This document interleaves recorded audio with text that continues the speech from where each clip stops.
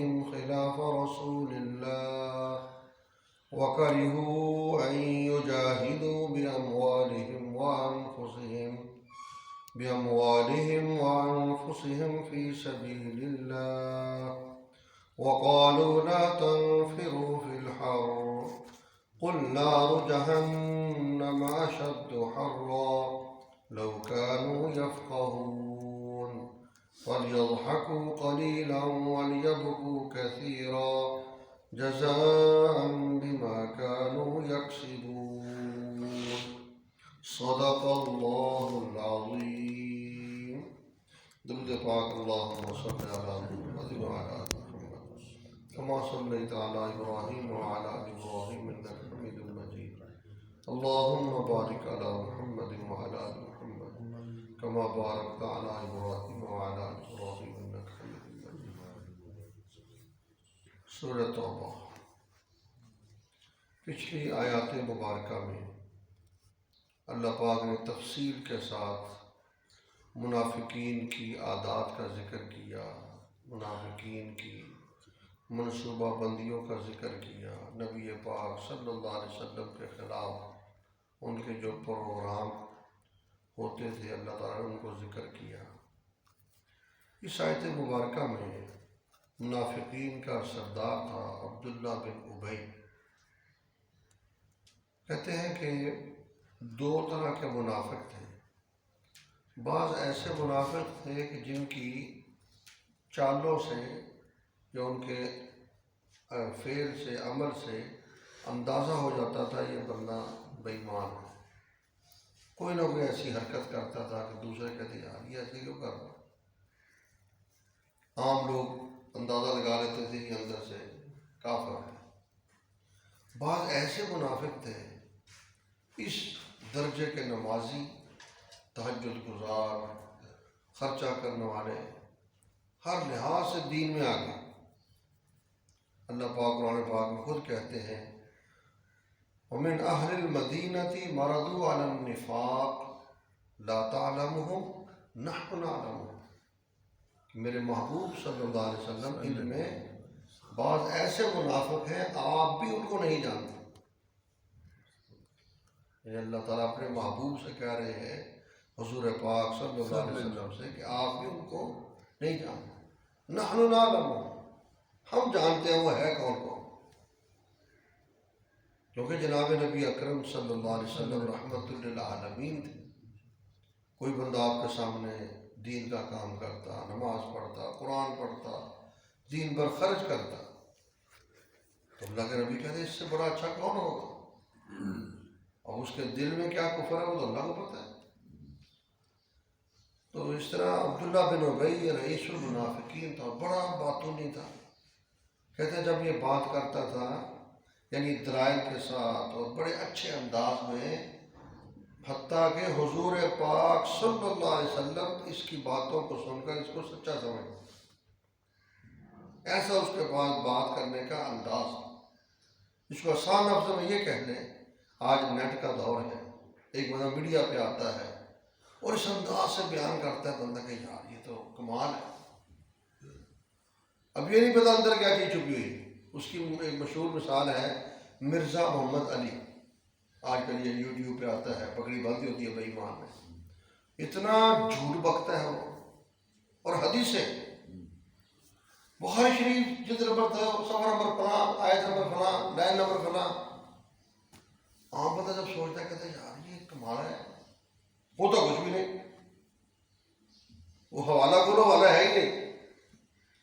صرف عوام کو گمراہ کرنے کے لیے ایسے طور طریقے اختیار کیے جا رہے ہیں کہ عام مسلمان جب حدیث کا نام سنتا ہے چلا خود چپ ہو جاتا ہے. اب حدیث ہے ہی نہیں تو کرے گیا. اب اس کی حقیقت تک کون پہنچے. چاہیے تو یہ تھا کہ ہمیں جب پتہ چلتا ہم فوراً جاتے ہیں حضرت یہ اس نے بات کہی ہے، یہ صفحہ نمبر ہے، یہ حدیث ہے، یہ ہے. میں نے آپ کو کئی بار کہا کہ آپ کی زندگی دیکھو 40 سال ہے، 50 سال ہے، 60 سال ہے، پوری زندگی آپ دین سنتے آ رہے ہیں. تو بندہ خود چھوڑ دے یار آج تک یہ بات نہیں سنی، آج پہلی دفعہ سنی ہے تو آخر اس کا کوئی ثبوت ہے ایسے؟ کیوں؟ میرا اور آپ کا دین جو ہے یہ آج کا دین نہیں ہے، یہ 1400 سال پرانا دین ہے، اور ہم اسی کو مانتے ہیں۔ یہ قرآن آج نازل نہیں ہوا، یہ 1400 سال پہلے نازل ہوا ہے۔ حضور اکرم صلی اللہ علیہ وسلم کے جو فرامین ہیں، ارشادات ہیں، وہ آج نہیں ہے، وہ 1400 سال پہلے کے ہیں۔ ہم اسی حدیث کو مانیں گے، اسی قرآن کو مانیں گے جو 1400 سال پہلے کا ہے، اور اس کا ترجمہ مطلب مفہوم بھی وہ مانیں گے جو 1400 سال کے علماء بیان کرتے آئے ہیں۔ آج اگر کوئی اپنے آپ کو علامہ فہامہ کہہ کر، جیسے فرد ہاشمی ایک عورت ہے، کبھی آپ نے سنا کہ نہیں، آج کل نیٹ میں بہت چل رہی ہے، خاص کر بیرونی دنیا کے اندر عورتیں بہت سنتی ہیں اس کے کئی مسئلے ایسے ہیں جو سب پورے 1400 سال کے علماء کو کاٹ کے رکھ دیا، یہ ایسے ہے، یہ ایسے ہے، یہ ایسے ہے۔ تو ہمارا دین 1400 سال پرانا دین ہے، اور 1400 سال سے اس کی جو تشریحات ہو رہی ہیں، اس کا جو مطلب اور معنی بیان کیا جا رہا ہے، ہم وہی مانیں۔ آج اگر بندہ کو معنی بیان کرتا ہے، ہم اس کو ماننے کے لیے تیار نہیں ہیں۔ اس ایک آدمی کی وجہ سے ہم 1400 سال کے علماء، ائمہ، بزرگان دین کو جھوٹا اور غلط نہیں کہہ سکتے۔ تو عبداللہ بن ابی جو تھا، یہ بہت بڑا بدتونی تھا، بڑا دلائل سے بات کرتا تھا۔ جب یہ اس کا بیٹا تھا کہ اس کا نام عبداللہ تھا، یہ بھی عبداللہ تھا، عبداللہ بن ابی، اس کا بیٹا تھا، اس کا نام بھی عبداللہ تھا، یعنی عبداللہ بن ابی۔ اور عربیوں میں اب بھی یہ عادت ہے کہ وہ دادے کا نام زندہ رکھتے ہیں۔ میں نے وہاں دیکھا دبئی میں، یعنی ہر گھر میں جو بچہ بڑا ہوتا ہے، اس کا اگر بیٹا ہے، اس بیٹے کا نام، دادے کا نام کنفرم ہے۔ مثلا باپ کا نام ہاشم ہے، بیٹے کا نام سعید ہے، اب اس کا بیٹا سعید کا بیٹا ہوگا، اس کا نام، دادے کا نام کیا ہے؟ ہاشم، اس کا نام ہاشم پکا ہے پہلے بیٹے۔ یہ وہاں قانون ہے، قانون کہہ رہے ہیں، ان کا ایک نظام ہے کہ ہم نے دادے کا نام نہیں مرنے دینا۔ ہم تو یہاں ناموں میں جا کے پتہ نہیں کہاں چلے جاتے ہیں، کوئی نیا نام،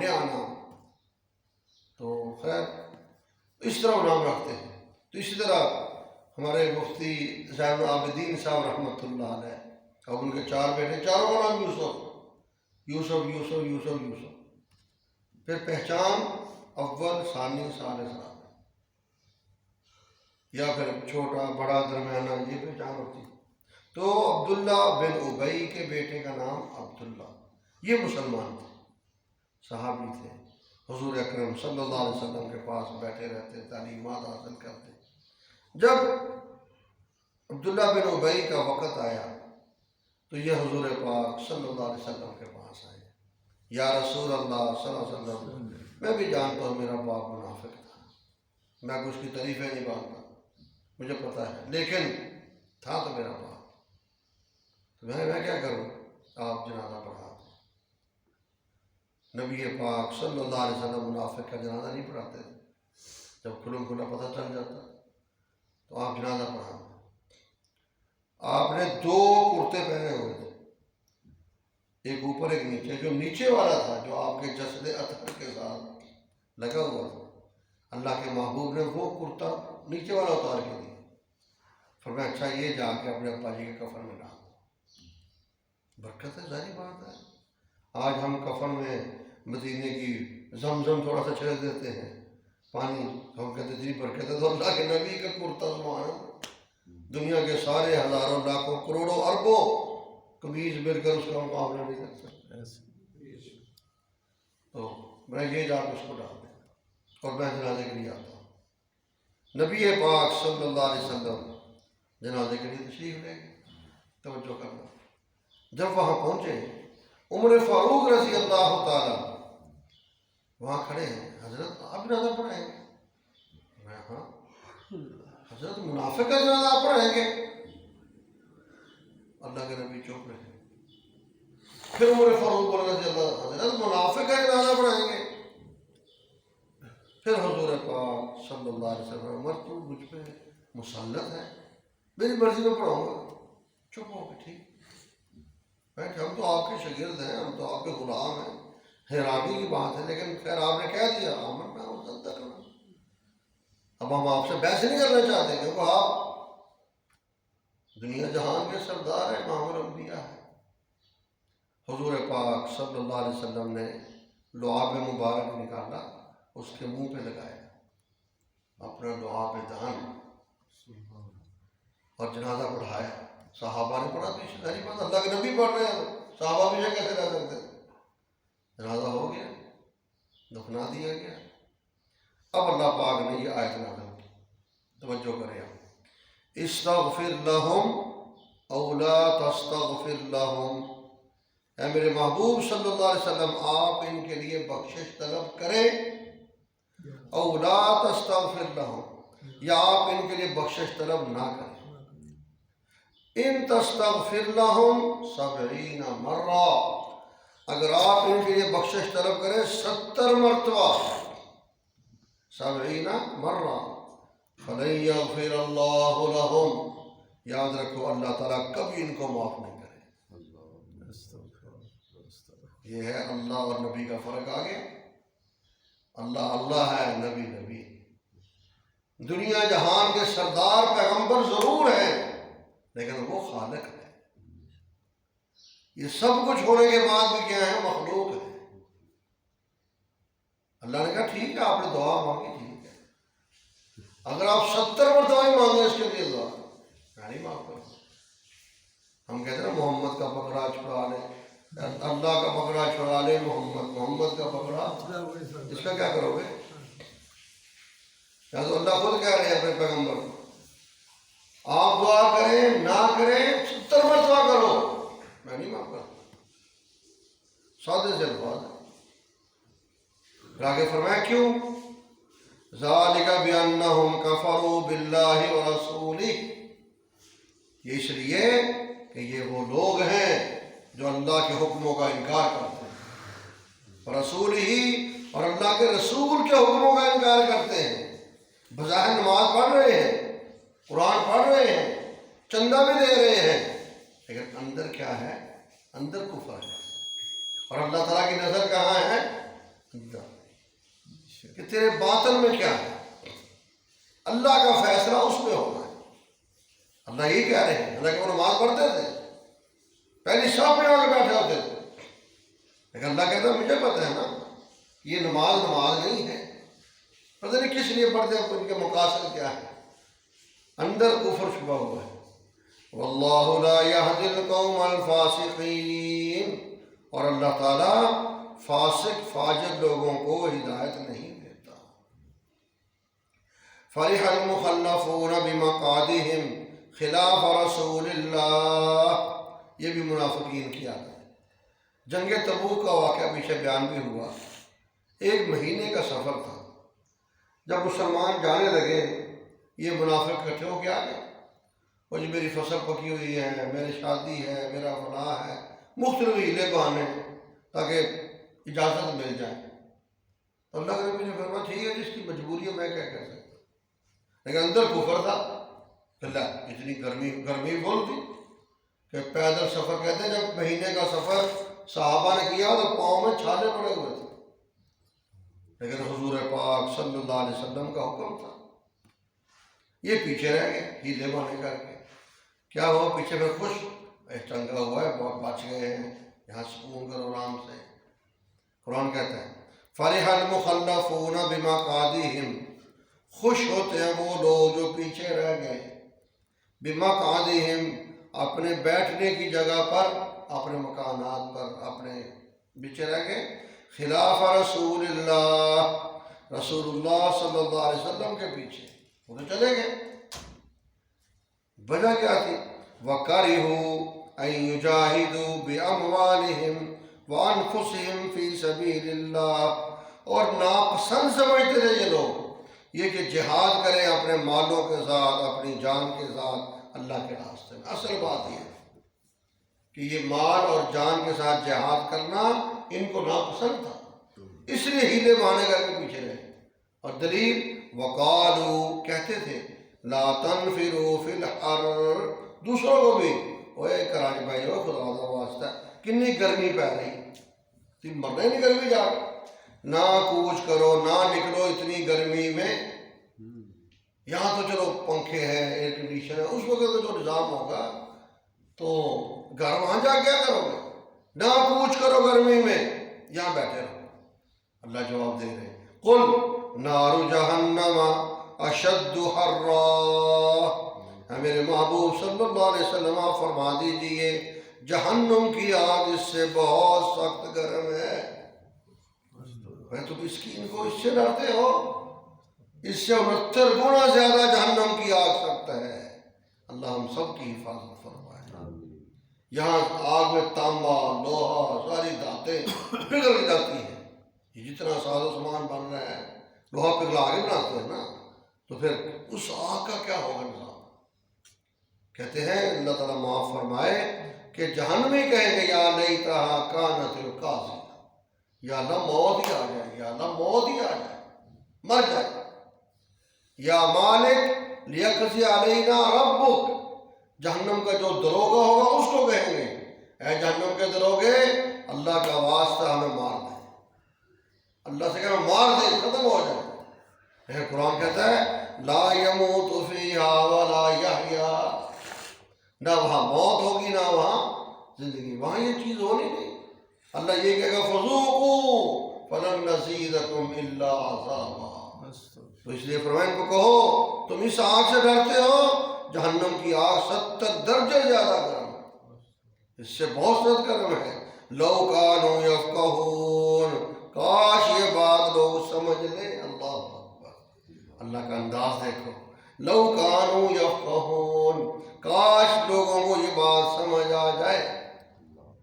آج بھی مسلمان سمجھ جائے تو یہ کیوں دھوکہ بازی کرے، کیوں فراڈ کرے، کیوں جھوٹ بولے، کیوں دو نمبریاں کرے، کیوں حرام خوریاں کرے، یہ کیوں بدامنی پیدا ہو؟ کاش کے سمجھ لیں۔ فرمایا فَلْيَضْحَكُوا قَلِيلًا وَلْيَبْكُوا كَثِيرًا، ان کو کہو تھوڑا ہنسا کریں اور زیادہ رویا کریں۔ ان کو نہیں پتہ کہ رات کیا ہونے والا ہے، کتنی دیر ہنس رہے گے، 50 سال 60 سال 100 سال، یار آخر بہت ہے، پھر وہاں ہمیشہ رونے جاگو اور کیا کرنا ہے؟ توبہ استغفار کرو، اللہ سے دوستیاں لگاؤ۔ کل ایک بندے کی بڑی عجیب بات مجھے پسند ہے، کہتا ہے جی موت سے ڈر لگتا ہے، سن لو آپ بھی، اللہ تعالیٰ سمجھ عطا فرمائے۔ اس سمجھانے والے نے کہہ دیا آپ اگر کسی ملک میں جائیں اور وہاں آپ کے رشتہ دار پہلے سے بیٹھے ہوئے ہو اور وہاں مکان وغیرہ آپ کا تیار ہو، کاروبار آپ کا تیار ہو، تو آپ ہزاروں میل سفر کر کے جائیں پریشان ہوں گے؟ کہتا نہیں۔ تو کہتا اللہ کے بندو یہی کام یہاں بھی کر لو۔ وہ کیا؟ فرمایا اپنے جو رشتہ دار مر گئے ہیں ان کا نام لے کے اصالہ ثواب کیا، سورہ فاتحہ اخلاص پڑھ کے یا اللہ میرے ابا جان، یا اللہ میری امی جان، یا اللہ میرے چاچو فلاں، تایا فلاں، امامو فلاں، رشتہ دار ہوتے ہیں نا، ان کے نام لے کے اصالہ ثواب کرو۔ پھر کیا ہوگا؟ بھائی جب روزانہ آپ بھیجو گے نا تو وہ آپ کو یاد کیا کریں، یار آج نہیں ثواب آیا، یار آج نہیں آیا اس کی طرف سے کچھ، تو آپ کو یاد کریں گے۔ جب آپ کی روح نکلے گی تو آپ پوری کے پاس جائیں گے، تو پہلے ہی آپ کو سبحان اللہ بھائی آپ بھی امی آپ بھی بنا آپ بھی بنا، اب کیا ڈر باقی رہ گیا؟ میں واقعہ ہاں حقیقت ہے ایسا فرمایا، جب روح جاتی ہے سارے اکٹھے ہو جاتے ہیں اور یہی پوچھتے ہیں فلاں کا کیا حال ہے، فلاں کا کیا حال ہے۔ اور روح تو نہیں مرتی انسان کی، جسم ہے نا جی، چلو اس کو اگر قبر کھا بھی جاتی ہے، اگر جب ہمارا عقیدہ یہ ہے کہ اس کا روح کے ساتھ تعلق ہے، یہاں میں نظر آتا ہے کچھ نہیں لیکن پھر بھی نظام ہے نا۔ سورج کہاں ہوتا ہے، ہم کہاں بیٹھے ہوتے ہیں، ابھی گرمی آ رہی ہے، اوہ گرمی آ رہا سورج او کہاں ہے، ایسے روح دور ہے، جسم یہ لیکن ایک تعلق ہے، آپس میں رابطہ تو ہے نا۔ تو یہ فرمایا آسان سا فارمولہ ہے، ان کے نام لے لے کے دعا کیا ہے، پھر آپ ان کے پاس جاؤ گے تو جانے میں پریشانی نہیں چلو یار کچھ ان کے پاس جانا ہے، اعمال اپنے صحیح رکھو، کبھی بیشی ہو جائے اللہ سے فٹ استغفار کرو، توبہ کرو۔ اللہ تو خود کہتا ہے، صبح حدیث پاک میں آتا نہیں، اللہ تعالیٰ صبح کہتے ہیں ہے کوئی معافی مانگنے والا، شام کو پھر ہے کوئی معافی مانگنے والا، وہ تو صبح شام آوازیں دے رہے ہیں۔ اور یہ معافی بھی عجیب چیز ہے، میں کہتا ہوں اس کے لیے نہ ہاتھ اٹھانے ہیں، نہ وضو کرنا ہے، اکیلے بیٹھ کے کہو یا اللہ تیری مہربانی، ہوگی غلطی، انسان ہو، کیا کرنا، آئندہ نہیں کرنا، بس آئندہ کا وعدہ پورا کرو، پکا وعدہ کرو، اس کو پتہ ہو کہ ہاں اس بندے نے وعدہ کر لیا میرے ساتھ، معافی ہوگی۔ کل 2 دن بعد آپ نے کرنا ہے، وہ اللہ کو پتا، آپ کو نہیں پتا، آپ نے کہا اللہ میں نہیں کرنا، بس نہیں اب نہیں کروں گا، پہلے ختم ہو گئے، اور جب ختم ہو گئے اب ان کا تذکرہ بھی نہ کرو۔ کئی مجلس بیٹھے ہو، وہ یار میں نے فلاں بھی کیا، فلاں بھی کیا، خود اقرار مجرم کر کے خود پھر مجرم بن جاتے ہیں۔ خیر، تو فرمایا تھوڑا ہنسے روئے زیادہ، جزام بما کانوا یکسبون، یہ بدلہ ہے اس کا جو کچھ یہ کرتے رہے۔ اللہ تعالیٰ سے دعا ہے اللہ مجھے آپ کو قرآن پاک کی سمجھ اور عمل نصیب فرمائے۔ الحمدللہ رب العالمین والصلاۃ والسلام علی سید المرسلین۔ یا اللہ ہمارے حال پہ رحم فرما، ہم سب کی بخشش فرما، ہمارے والدین کی بخشش فرما، عزیز و اقارب کی بخشش فرما، دوست احباب کی بخشش فرما، ہمارے اساتذہ کی بخشش فرما، پوری امت مسلمہ کی بخشش فرما، سچی اور پکی توبہ نصیب فرما۔ اے اللہ پاک ہمارے بچوں کی بھی حفاظت فرما، ہماری بچیوں کی بھی حفاظت فرما، گھر والوں کی حفاظت فرما۔ یا الہ العالمین دین پر 100% عمل کرنے کی توفیق عطا فرما۔ اے اللہ پاک اپنی محبت عطا فرما، حضور اکرم صلی اللہ علیہ وسلم کی محبت عطا فرما، صحابہ اولیاء کی محبت عطا فرما۔ اے اللہ پاک ہم سب کو مخلص اور موحد اور پکا مسلمان بن کر زندگی گزارنے کی توفیق عطا فرما، کوئی کمی کوتاہی ہو معافی عطا فرما۔ صلی اللہ تعالی علی خیر خلقہ محمد وآلہ واصحابہ اجمعین، آمین آمین۔